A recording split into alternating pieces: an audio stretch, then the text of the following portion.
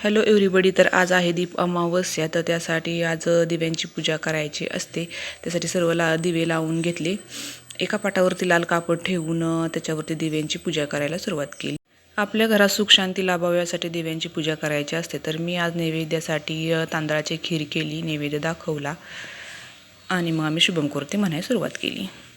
कल्याणं आरोग्यं धनसंपदा शत्रुबुद्धी विनाशाय दीपज्योती नमस्तुते. दिव्या दिव्या दीपकारकानी कुंडल मोतीहार. दिवा लावला देवापाशी, उजेड पडला तुळशीपाशी. माझा नमस्कार सर्व देवांपाशी. नंतर नमस्कार केला आणि मग उंबऱ्याचं पण पूजन केलं. हळदी कुंकू लावलं, फुले वाहिली. थोडं वारं सुटलं होतं बाहेर, त्यामुळे दिवे काही राहत नव्हते. तर हे एक दिवा लावला, ओळलं आणि ठेवला तिथं. फुल वाहिला आणि नमस्कार केला. मग तुळशीची पण पूजा केली. तर उद्यापासून सुरू होणाऱ्या श्रावण महिन्याच्या सर्वांना खूप खूप शुभेच्छा.